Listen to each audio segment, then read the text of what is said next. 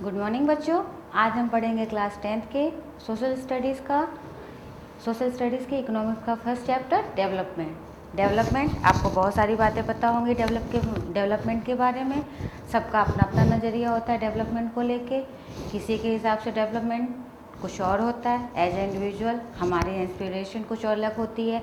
As a state हमारा state कुछ अलग डिमांड करता है। एज ए होल हमारी कंट्री वो कुछ अलग डिमांड करता है। तो सबका पर्सपेक्टिव डेवलपमेंट को लेकर अलग अलग होता है। तो इस चैप्टर में as individual, as a state, as a country जो डेवलपमेंट है उसके बारे में चर्चा की गई है। अगर हम बात करें कि डेवलपमेंट क्या है तो हम इसे एक मोबाइल के एग्जांपल से समझ सकते हैं। आज मोबाइल ने किसकी जगह ले ली है? लैपटॉप की, कंप्यूटर की। पहले हमें ये काम करने के लिए लैपटॉप या कंप्यूटर पे जाना पड़ता था, लेकिन अभी हम सारा काम अपने हैंडसेट से कर लेते हैं। लेकिन अगर हम देखें मोबाइल, तो मोबाइल ऐसा तो है नहीं कि मोबाइल आज ही हमें मिल गया। मोबाइल के पहले क्या हुआ करता था? टेलीफोन हुआ करते थे, पेजर हुआ करते थे, टेलीग्राम सिस्टम हुआ करता था। फिर धीरे धीरे होते होते आज ऐसी हालत आ गई कि 4 साल का बच्चा भी जो मोबाइल है वो अच्छे से टैकल कर लेता है। तो ये सारी अगर हम इनकी बात करें, टेलीफोन से मोबाइल तक का जो सफ़र है वो क्या है? वो डेवलपमेंट की प्रोसेस है, जहाँ पे मोबाइल आज एक ऐसी ज़रूरत की चीज़ बन गई है जहाँ पे हम अपने मोबाइल से अपना क्लासरूम बनाकर आपके सामने बैठकर हम आपको पढ़ा रहे हैं। तो अगर अलग सिनारों में बात करें, जैसे अगर हम बात करें कि एज अ स्टूडेंट आपकी रिक्वायरमेंट अलग हो सकती है। एज अ बॉय आप कुछ अलग चाहेंगे, एज अ गर्ल लड़कियां कुछ अलग चाहेंगी। बॉयज़ को क्या होता है, अगर वो कुछ डिमांड करते हैं तो उनकी डिमांड पूरी हो जाती है। क्यों? क्योंकि जैसे कि हमारी सोसाइटी है, लड़कों को प्रिविलेज ज़्यादा मिलती हैं। तो गर्ल्स उनके वनस्पत क्या डिमांड करती हैं? वो ये डिमांड करती हैं कि उनको भी लड़कों के बराबर ही इक्वल ट्रीटमेंट दिया जाए। और as a student as a teacher हम ये देखते हुए हैं कि चाहे वो लड़का हो या लड़की, हम उनके साथ इक्वल ट्रीटमेंट करते हैं। इसी तरह अगर हम इकोनॉमिक्स चैप्टर पढ़ रहे हैं, इस सिनारों में बात करें तो एज अ फार्मर जो कि हमारे देश की रीढ़ है। रीढ़ का मतलब बहुत स्ट्रॉन्ग बोन्स है हमारे कंट्री के डेवलपमेंट के लिए। तो फार्मर भी ऐसा तो है नहीं कि बहुत ज़्यादा रिच होते हैं। फार्मर्स भी, उनकी भी कैटेगरीज होती है। जैसे मान लो क्या हो गए, स्मॉल फार्मर, ठीक है, इनकी रिक्वायरमेंट अलग होगी। कुछ रिच होते हैं, प्रॉस्परस होते हैं, तो इनकी डिमांड क्या होगी? इनकी डिमांड अलग होगी। जो स्मॉल फार्मर्स हैं वो क्या चाहते हैं? वो ये चाहते हैं कि उनके पास उनकी खुद की लैंड हो जाए। Normally they don't have any land जिस पे वो खेती कर सके, तो वो दूसरों के अंडर में काम करते हैं। तो उनके पास उनकी ये सोच होती है कि उनको लैंड मिल जाए। लैंड मिल जाएगा तो उनका जो लेबर है, जहाँ वो दूसरे के खेतों में यानी कि रिच फार्मर्स के खेतों में काम करते हैं, वहाँ लेबर करते हैं, जिसके बदले उन्हें क्या मिलता है? वेजेस मिलता है, यानी कि उनको इसका भत्ता मिलता है कि 1 दिन काम किया या 4 दिन काम किया, 4 घंटे काम किए तो उनको ये मिला।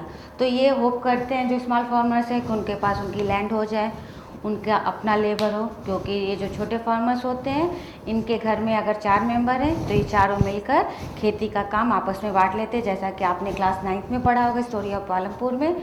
तो ये कहता है कि जो स्मॉल फार्मर्स होते हैं इनकी रिक्वायरमेंट अलग होती है। तो उनके लिए डेवलपमेंट का मतलब ये है कि दूसरों की खेतों में ना जाके वो अपना खुद काम करें। तो ये हो गया, ये इनके लिए डेवलपमेंट है। अगर वो दूसरों के खेतों में काम करने की बजाय खुद की ही खेती, खुद की ज़मीन पे, चाहे वो 1 बीघा हो, छोटा सा हो, चाहे जैसा हो, अपने खुद के टुकड़े पे काम करें जिसके वो खुद मालिक हो। तो ये उनके लिए हो गया डेवलपमेंट। अब rich, they have already everything, तो वो क्या चाहेंगे कि जो उनका प्रोडक्शन है, क्योंकि उनके पास ऑलरेडी लैंड तो है, तो लैंड तो उनको नहीं चाहिए। व्हाट दे एक्सपेक्ट, वो एक्सपेक्ट करते हैं कि उनकी जो प्रोडक्शन हो, प्रोडक्शन क्या हो? उनका प्रोडक्शन ज़्यादा हो। प्रोडक्शन ज़्यादा होगा तो उसका प्रॉफिट भी उन्हें ज़्यादा मिलेगा। ठीक है। प्रॉफिट मिलेगा, they will become more prosperous. उनके लिए डेवलपमेंट क्या है कि उनका प्रोडक्शन ज़्यादा हो, प्रोडक्शन ज़्यादा हो तो प्रॉफिट ज़्यादा मिले, प्रॉफिट ज़्यादा हो, और जो वो लेबर चाहेंगे यानी जो उनके यहाँ लेबर काम करते हैं उनके लिए वो क्या डिमांड करते हैं, लेस लेबर अमाउंट, या जैसे हम कह सकते हैं कि लेस वेजेस, यानी कम पैसे में वो ज़्यादा से ज़्यादा काम करा सके। अब ये तो एज ए इंडिविजुअल हमने बात कर ली कि समय कैसे बदला और अलग अलग प्रोस्पेक्टिव में, अलग अलग सिनारों में डेवलपमेंट का क्या मायने रखता है। तो एज ए इंडिविजुअल अलग मायने रखता है, और स्टेट वाइज अब हम ये देखेंगे कि ये सब तो हो गया as a individual, as a teacher. I hope कि आप सारे अच्छे से पढ़ें, जबकि ये पता है कि हमारे पास इतने बच्चे हैं। Suppose if we have 10 student, हर एक का IQ लेवल अलग है, तो हम एक ऐसे बच्चे का जिसका IQ लेवल बहुत ज़्यादा है और एक ऐसे बच्चे का जिसका IQ लेवल औसत है या औसत से ज़्यादा है, तो हम उस पर ज़्यादा फोकस करेंगे। तो अब हम इस डेवलपमेंट को इकोनॉमिक्स चैप्टर के थ्रू कंट्री वाइज देखेंगे कि उसका क्या मतलब पड़ता है। तो जैसा कि आपको एग्जाम्पल के थ्रू समझाया, अब हम सबसे पहले ये देखेंगे what a development means. We have aspirations और desires about what we would like to do and how we would like to live. ठीक है, कि हम क्या चाहते हैं और हम अपने जीवन को कैसा बनाना चाहते हैं। सिमिलरली ठीक इसी तरह we have ideas about what a country should be like.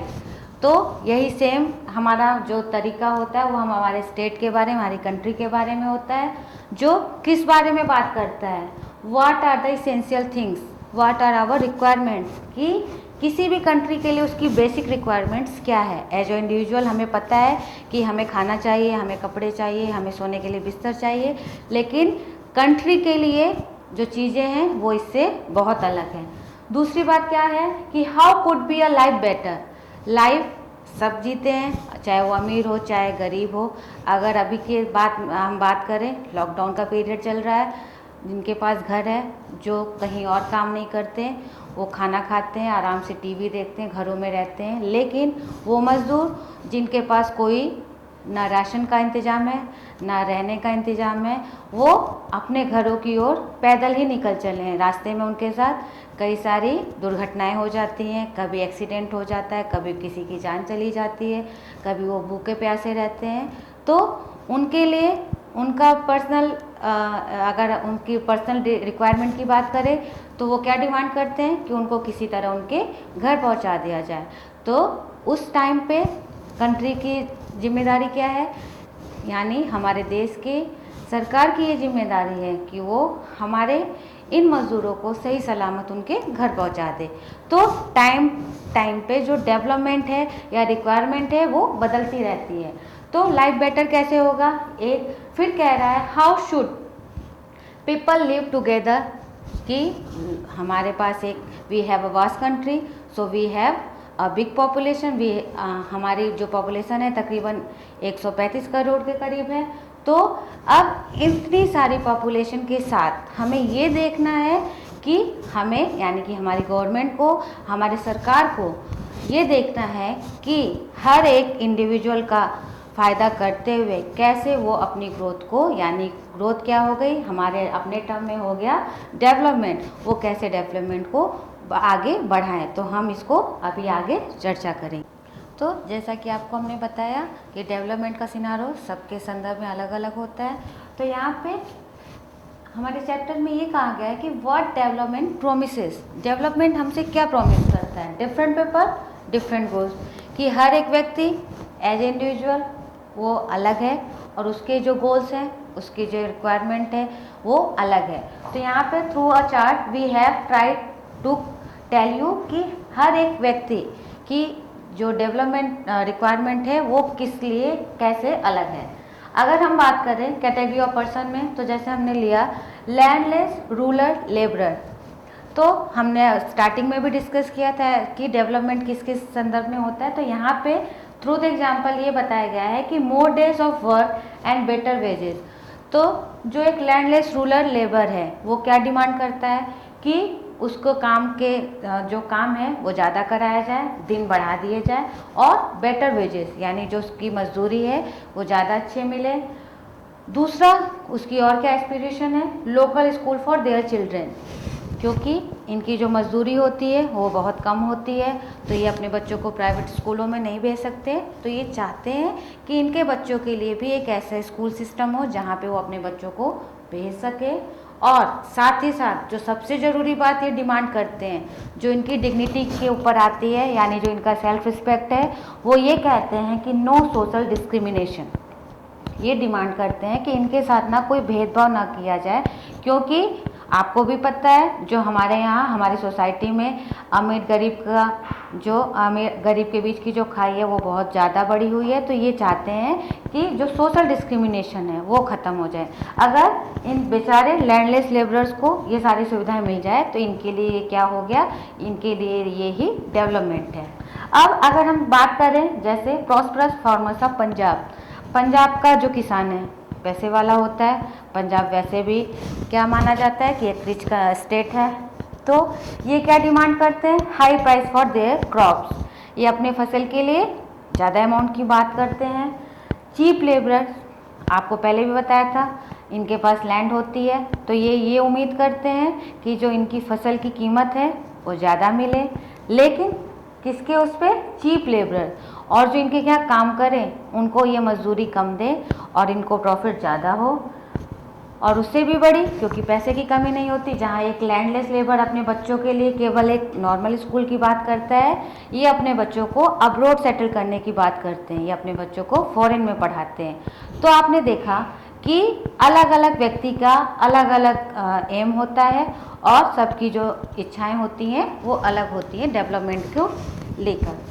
तो जैसे कि आपने टेबल देख लिया, बुक में भी बताया गया है, आप इसको देखिएगा, you will go through this table and you will get it very well. तो टेबल के बाद आपको समझ में आ गया। तो ये क्या कह रहे हैं कि each one of them seeks different things, यानी हर एक जो है वो अलग अलग चीज़ों की डिमांड करता है। They seek things that are most important for them, that is work which can fulfil their aspiration or desires. In fact, at times two person of groups of person may seek things which are conflicting। यानी ये कह रहा है कि दो व्यक्तियों की जो एस्पिरेशन है वो कॉन्फ्लिक्टिंग हो सकती है। अगर at a time I want food तो ज़रूरी नहीं है कि आपको भी खाना ही चाहिए। तो यही कह रहा है कि हर का जो एस्पिरेशन है वो अलग अलग होता है। जैसे एक लड़की की बात करें तो वो ये डिमांड करती है कि उसको भी अपने भाई की तरह फ्रीडम मिले, लेकिन क्या होता है लड़कियों को वो फ्रीडम नहीं मिलती है जो मिलनी चाहिए। लेकिन एजुकेशन के थ्रू आज जो लड़कियां हैं वो किसी भी मामले में लड़कों से कम नहीं है।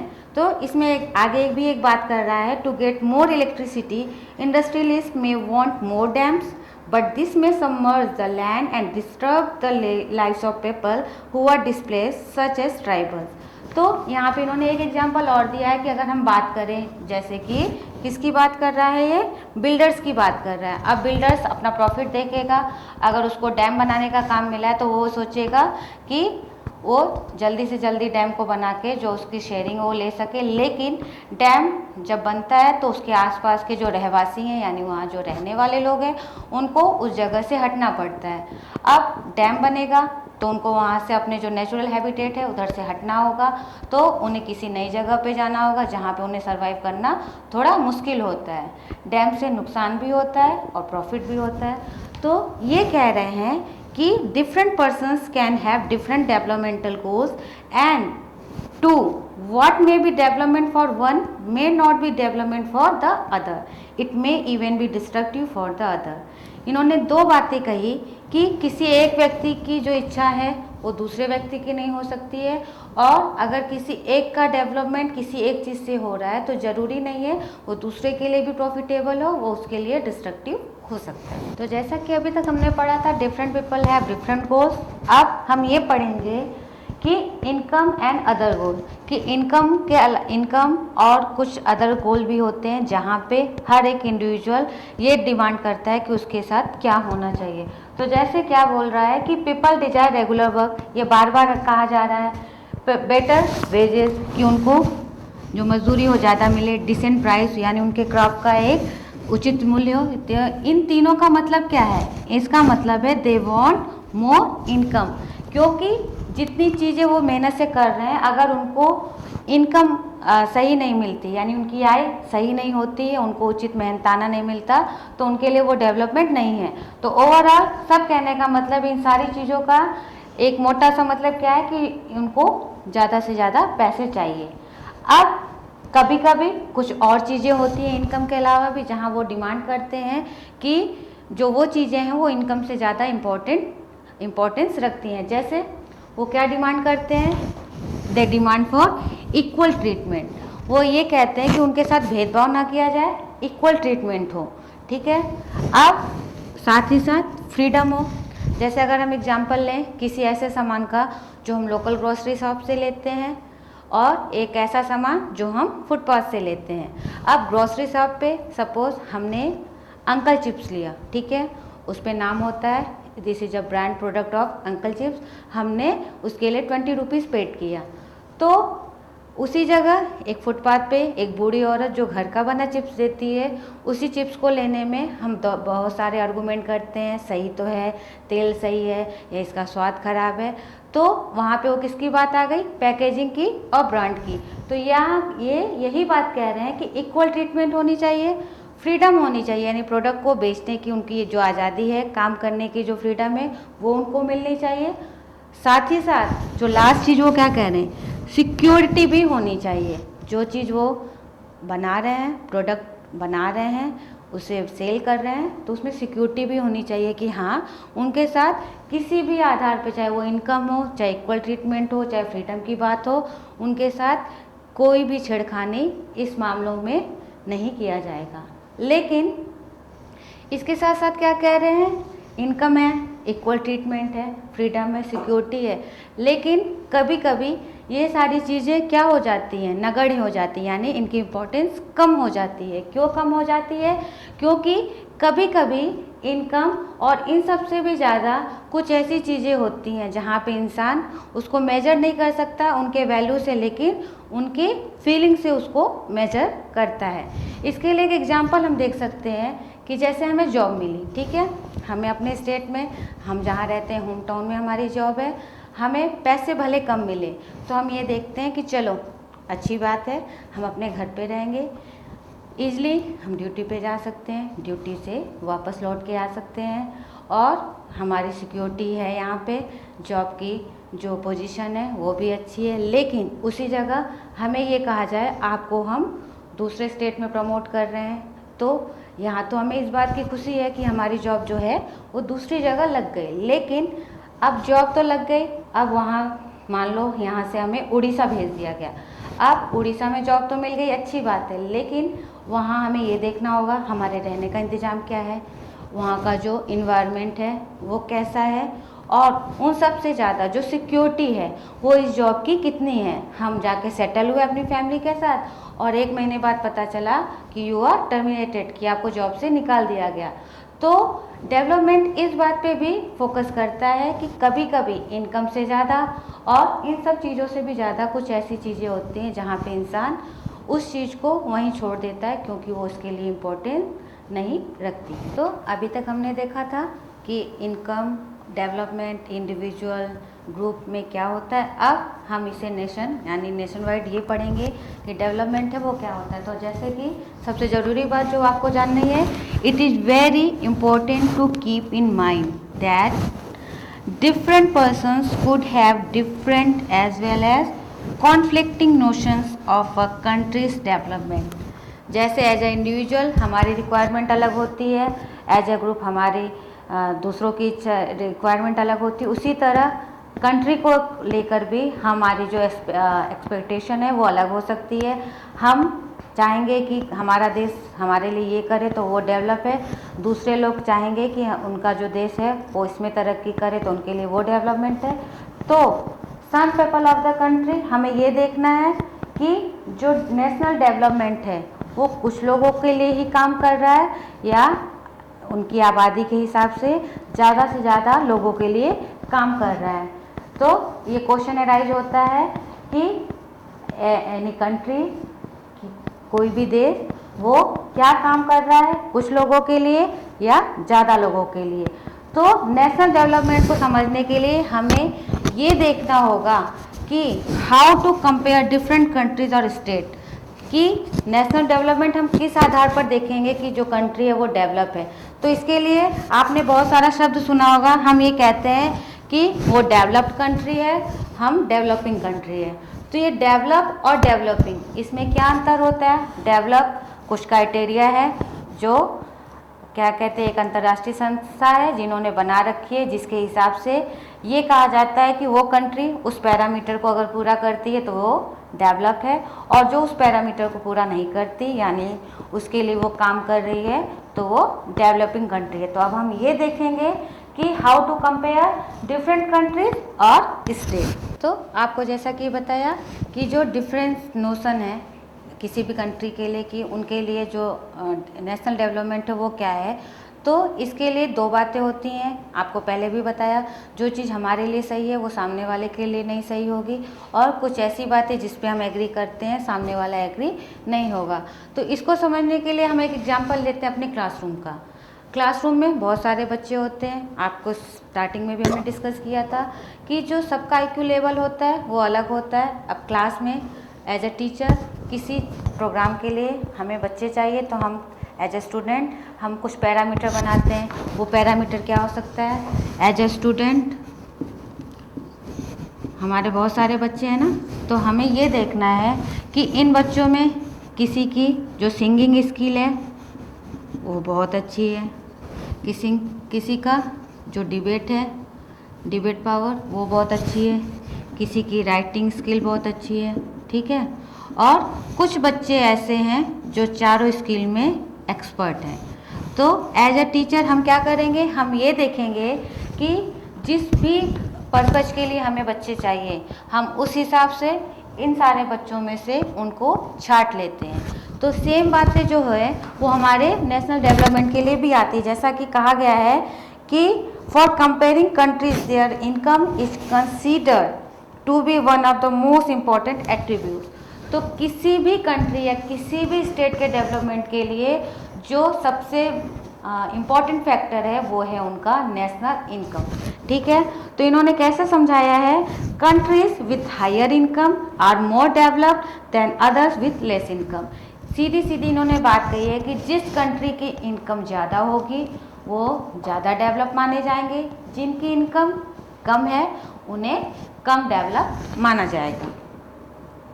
लेकिन कभी कभी इनकम से ज़्यादा भी कुछ ऐसी चीज़ें हैं जिनके हिसाब पे, जिनके आधार पर ये देखा जाता है कि वो कंट्री डेवलप है या नहीं है, तो वो हम अभी आगे डिस्कस करेंगे। तो अभी आपको हमने बताया, तो सबसे पहले हम ये देखेंगे for comparison total income is not such an useful measure. जैसा कि अभी आपको बताया था कि हम ये देखते हैं कि टोटल इनकम क्या है, या इनकम एक बहुत बड़ा फैक्टर होता है डेवलपमेंट के लिए, लेकिन ये कह रहे हैं कि जो टोटल इनकम है वो एक यूजफुल मेजर नहीं है। दूसरा क्या कह रहा है कि different countries have different population. अब चलो भाई ये मान लिया कि उनकी इनकम क्या है, लेकिन जो पॉपुलेशन है, पॉपुलेशन तो हर कंट्री के अलग अलग होती है। अब तो इस आधार पे भी अगर हम टोटल इनकम की बात करेंगे तो फ्रूटफुल नहीं होगा।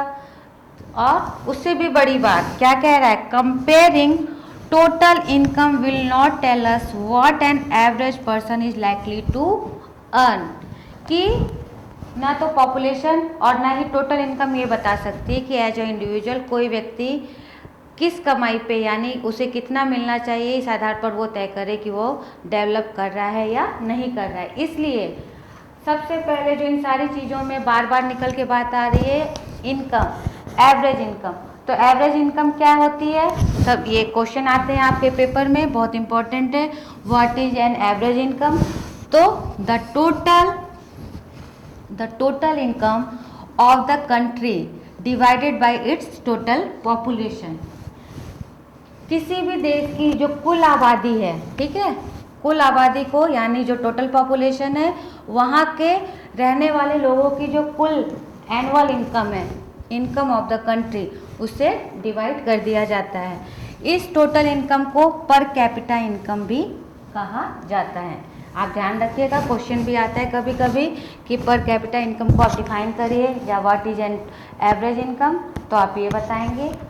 अभी आपको जैसे बताया था कि वर्ल्ड बैंक एक काम करती है जिस आधार पर यह तय किया जाता है कि कोई कंट्री डेवलप है या नहीं है।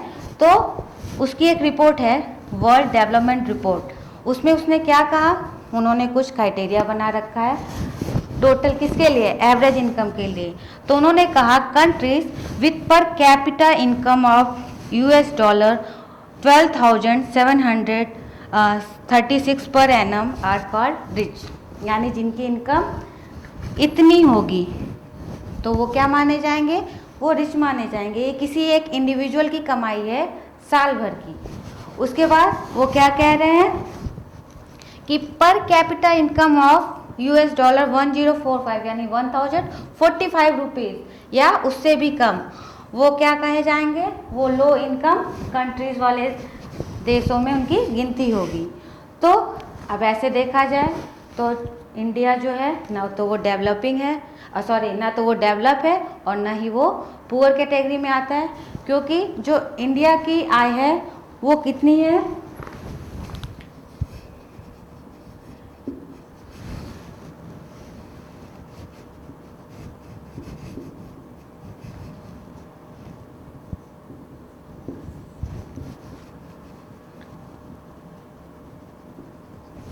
जो इंडिया की अर्निंग है एक साल की जो उन्होंने बना रखा है, उस हिसाब से इंडिया हमारे हर एक व्यक्ति इंडिया का कमाता है साल में 1570 रुपीज़। यानी हम ना तो डेवलप हैं और ना ही हम पुअर हैं, यानी we are a developing country. तो इतनी बातें क्लियर हो गई। अब इसके लिए उन्होंने एक चार्ट दिया है, वो भी आपके साथ हम डिस्कस करते हैं। तो जैसे कि अभी हमने पीछे बात की थी कि डेवलप कंट्री और डेवलपिंग पुअर कंट्री के लिए उन्होंने क्या डिसाइड कर रखा है, तो इसे हम एक एग्जांपल से और समझेंगे। I have made a chart comparison of two countries. Suppose we have two countries, country A, country B. ये इनकी मंथली इनकम है। हमने केवल 5 लोगों को ही लिया है ताकि हमें समझने में आसानी हो, first, second, third, fourth and fifth. अब जो कंट्री ए है, यहाँ पहला व्यक्ति कितना कमा रहा है, 9500, ठीक है।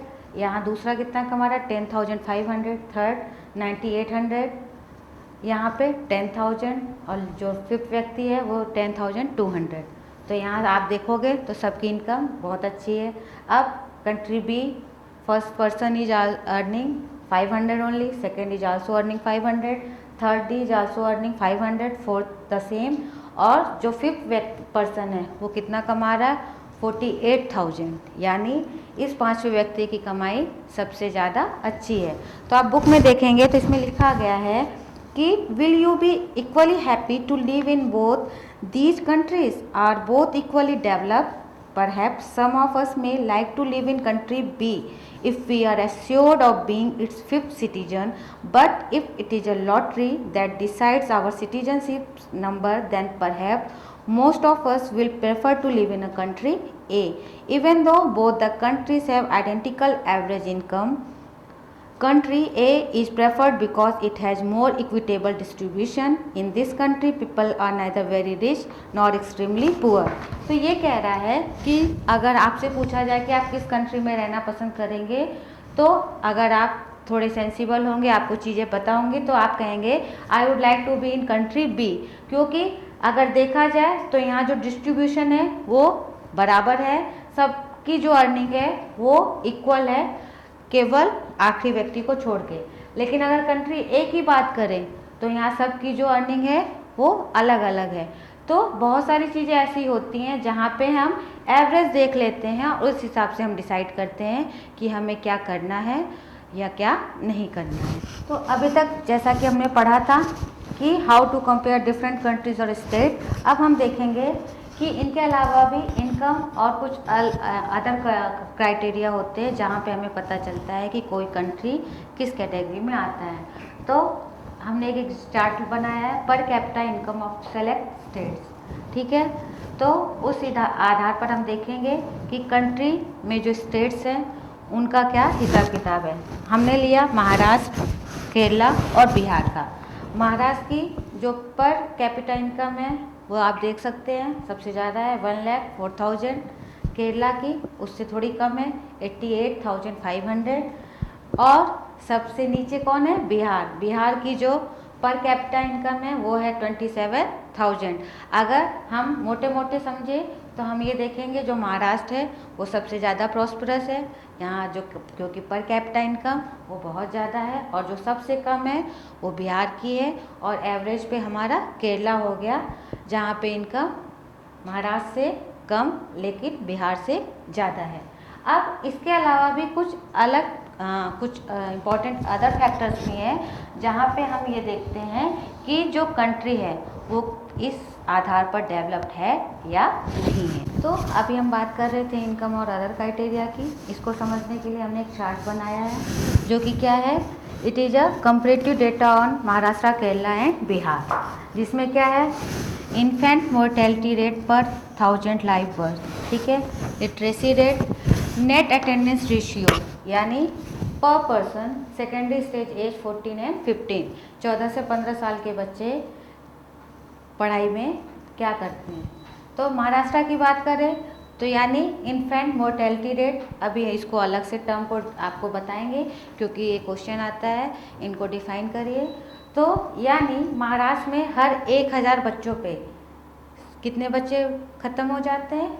तकरीबन 25 बच्चे जो हैं वो 1 साल होने के पहले पहले ख़त्म हो जाते हैं। आप सोचिए हर माँ बाप के लिए उनका बच्चा कितना प्रीशियस होता है, लेकिन यहाँ पे वो बच्चा अपना पहला बर्थडे भी नहीं मना पाता और वो मर जाता है।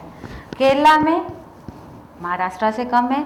अगर अभी हम पीछे वाले चार्ट की बात करें तो इनकम किसकी ज़्यादा थी? महाराष्ट्र की। लेकिन इनकम के अलावा भी और क्राइटेरिया होते हैं। तो यहाँ पे शिशु मृत्यु दर की बात हो रही है, इन्फेंट मोर्टेलिटी रेट, जहाँ केरला की जो मोर्टेलिटी रेट है वो 12 है और बिहार की सबसे ज़्यादा 43 है। तो आप देखोगे इनकी इनकम भी सबसे कम और जो इनकी डेथ रेट है चाइल्ड की वो भी सबसे ज़्यादा है।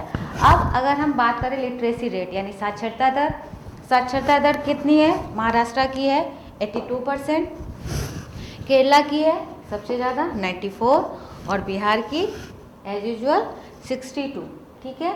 तो आपने देख लिया कि अलग अलग क्राइटेरिया होते हैं डेवलपमेंट के, नेशनल डेवलपमेंट के, जहाँ पे अगर हमने इन स्टेट को लिया है तो इनकी भी जो इनकम है वो अलग है, जो इनकी इन्फेंट मोर्टेलिटी रेट है वो भी अलग है और लिटरेसी रेट की बात करें तो वो भी अलग है। अभी जैसा कि आपको बताया नेट अटेंडेंस रेशियो यानी per 100 persons secondary stage age 14 and 15, यानी बहुत सारे ऐसे बच्चे जो सेकेंडरी एजुकेशन को बीच में ही छोड़ देते हैं।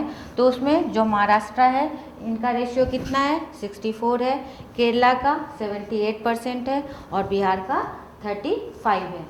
तो चार्ट में आपने देखा अलग अलग टर्म्स आए थे। जो पहला टर्म्स था वो था इन्फेंट मोर्टेलिटी रेट, जिसे क्या कहते हैं?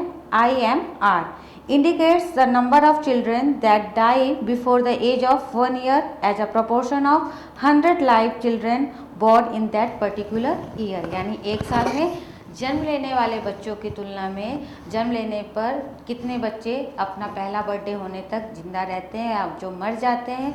तो उनको जो मर जाते हैं उनको देखने के लिए हम इस फार्मूले का यूज करते हैं, आप इसे याद रखना। Literacy rate measure the proportion of literate population in the 7th and above age group, यानी 7 साल से ज़्यादा के बच्चों की जो एवरेज एजुकेशन होती है उस आधार पर जो लिटरेसी रेट है वो हम मेजर करते हैं। एक आया था नया टर्म था आपके लिए, net attendance ratio is the total number of children of age group 14 and 15 years attending school as a percentage of total number of children in the same age group। यानी 14 से 15 साल तक के बच्चे वो जो अपनी बेसिक एजुकेशन है, सेकेंडरी एजुकेशन वो कंप्लीट करते हैं या छोड़ देते हैं, तो उसको देखने के लिए हम इस डेफिनेशन को यूज करते हैं। तो जैसा कि अभी तक हमने पढ़ा कि नेशनल डेवलपमेंट के लिए बहुत सारी बातें होती है, उसमें हमने पढ़ा कि स्टेट और कंट्रीज़ में हम कंपैरिजन करते हैं, इनकम होती है, इनकम के अलावा भी कुछ अदर क्राइटेरिया होते हैं। अब हम ये देखेंगे कि उन अदर क्राइटेरिया के अलावा कुछ पब्लिक फैसिलिटीज़ होती हैं जो हमें as a individual, as a country हम ये देखते हैं कि वो कितना सक्सेसफुल है या नहीं है। तो इसको हम एक एग्जांपल से समझ सकते हैं। सपोज़ आपके पास पैसे हैं, लेकिन क्या आप उन पैसों से एक पोल्यूशन फ्री लोकेलिटी का निर्माण कर सकते हैं? नहीं, क्योंकि हमने नेचर को क्या कर दिया है, पोल्यूट कर दिया है। तो हमारे पास कितने भी पैसे हों, हम उसको वापस से सही करने की कोशिश कर सकते हैं और उसके लिए हम ट्राई करते हैं। अब अगर आप चाहिए, आपको ये लगता है कि आपको कोई बीमारी हो गई है और वो पैसे दे के सही हो जाएगी, तो हर बार पैसा जो है वो बहुत इम्पोर्टेंट नहीं होता। अगर आज के सिनारों में देखें, जैसा आप सभी को पता है, कोरोना, हर जगह कोरोना है। तो कोरोना के लिए अभी तक कोई वैक्सीन नहीं बन पाई है, सभी ट्रायल स्टेज पे है। तो बार बार हमको क्या संदेश दिया जाता है हमारे देश की तरफ से, घर में रहिए, बचाव करिए, ज़्यादा से ज़्यादा अपने आप को दूसरों के संपर्क में मत आने दीजिए। तो क्या कह रहा है, हैंड वॉश करिए, सब्जी को धो के इस्तेमाल करिए, हाथ मिलाने की जगह नमस्कार करिए। तो पैसा तो है, लेकिन क्योंकि दवा नहीं है, तो इसलिए क्या कह रहा है कि हमें खुद से बचाव करना है। तो जो ये पब्लिक फैसिलिटीज़ हैं, पैसा ही बहुत ज़रूरी नहीं है, पैसे के अलावा भी बहुत सारे ऐसे फैक्टर्स हैं जो ये डिफ़ाइन करते हैं कि कोई कंट्री उन क्राइटेरिया को, उन पैरामीटर को कितनी हद तक पूरा कर रहा है। तो जैसे कि आपने चार्ट में देखा था, जो केरला है, केरला की इन्फेंट मोर्टेलिटी रेट है वो बहुत कम है। क्यों? क्योंकि उसके लिए वहाँ कौन जिम्मेदार है? PDS, यानी कि पब्लिक डिस्ट्रीब्यूशन सिस्टम। इस बारे में भी क्वेश्चन आता है, आपको इसको डिस्कस किया जाएगा।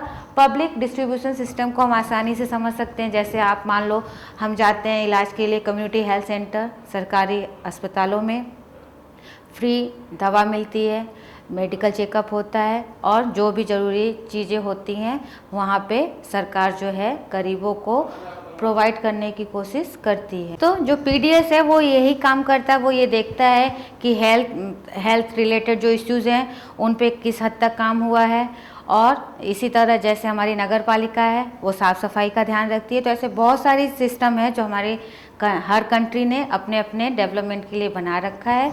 अब हम आगे ये देखेंगे जिसमें ये कह रहा है कि जो सस्टेनेबिलिटी ऑफ डेवलपमेंट है। अब डेवलपमेंट तो बहुत होती है, लेकिन साथ ही साथ आपको कई बार पढ़ाया गया होगा कि जो हमने ये डेवलपमेंट है, जो हमारे पास रिसोर्सेज है, हमने हमारे फोर फादर से इसको लिया नहीं, उन्होंने हमको विरासत में नहीं दिया, बल्कि इस रिसोर्सेज को हमने अपने बच्चों से, यानी जो हमारी जनरेशन है, हमारा फ्यूचर है, उनसे बड़ो किया है।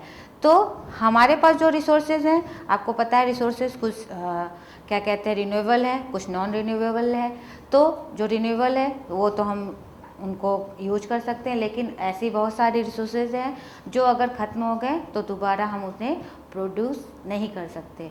तो हमें ऐसे काम करना है कि हम डेवलपमेंट तो करें, लेकिन साथ ही साथ बहुत सारी ऐसी चीज़ें जो हमें अपने फ्यूचर के लिए बचा के रखनी है, उन्हें भी सेफ रखना है। तो जैसा कि आपको हमने बताया कि सस्टेनेबिलिटी ऑफ डेवलपमेंट, इसमें हमें रिसोर्सेज को बहुत समझदारी के साथ, सावधानी के साथ यूज करना है। और लास्ट जो हम करेंगे वो ये क्या कह रहा है, consequences of environmental degradation do not respect national और state boundaries, this issue is no longer region और nation specific, our future is linked together. Sustainability of development is comparatively a new area of knowledge in which scientists, economists, philosophers and other social scientists are working together. ये क्या कह रहा है कि अगर हमने अपने रिसोर्सेज के साथ छेड़खानी की तो उसकी जो कॉन्सिक्वेंसेस हैं वो केवल एज ए इंडिविजुअल हमें ही नहीं, एज ए कंट्री हमें नहीं, पूरी दुनिया को भुगतनी होगी। और इसी का बात को लेकर, इसी चिंता को देखते हुए जो हमारे साइंटिस्ट हैं, बायोलॉजिस्ट हैं और फिलोसफर हैं, वो इस पे काम कर रहे हैं। तो सिंपल सी बात ये है कि जो तरक्की है, तरक्की के साथ साथ हमें किस पे ध्यान देना है। In general the question of development और progress is perennial at all times as a member of society. and as individual we need to ask where we want to go, what we wish to become and what our goals are. So the debate on development continues. तो ये कहा जा रहा है कि जो तरक्की है, जो विकास है वो एक चिरस्थायी है, यानी पेरिनियल है, और सोसाइटी के जिम्मेदार सदस्य होने के नाते हमारी ये जिम्मेदारी है कि हम विकास के साथ उस चीज़ों को साथ में लेकर चलें जिससे कि हमारा विकास हो और दुनिया भी आगे बढ़े, और बाकी सारी चीज़ें वो साथ ही साथ चलती रहेंगी। आई होप आपको समझ में आया होगा, और अगर आपको कोई प्रॉब्लम है, कोई डाउट है, तो आप कमेंट में डाल के पूछ सकते हैं। Thank you, that's all.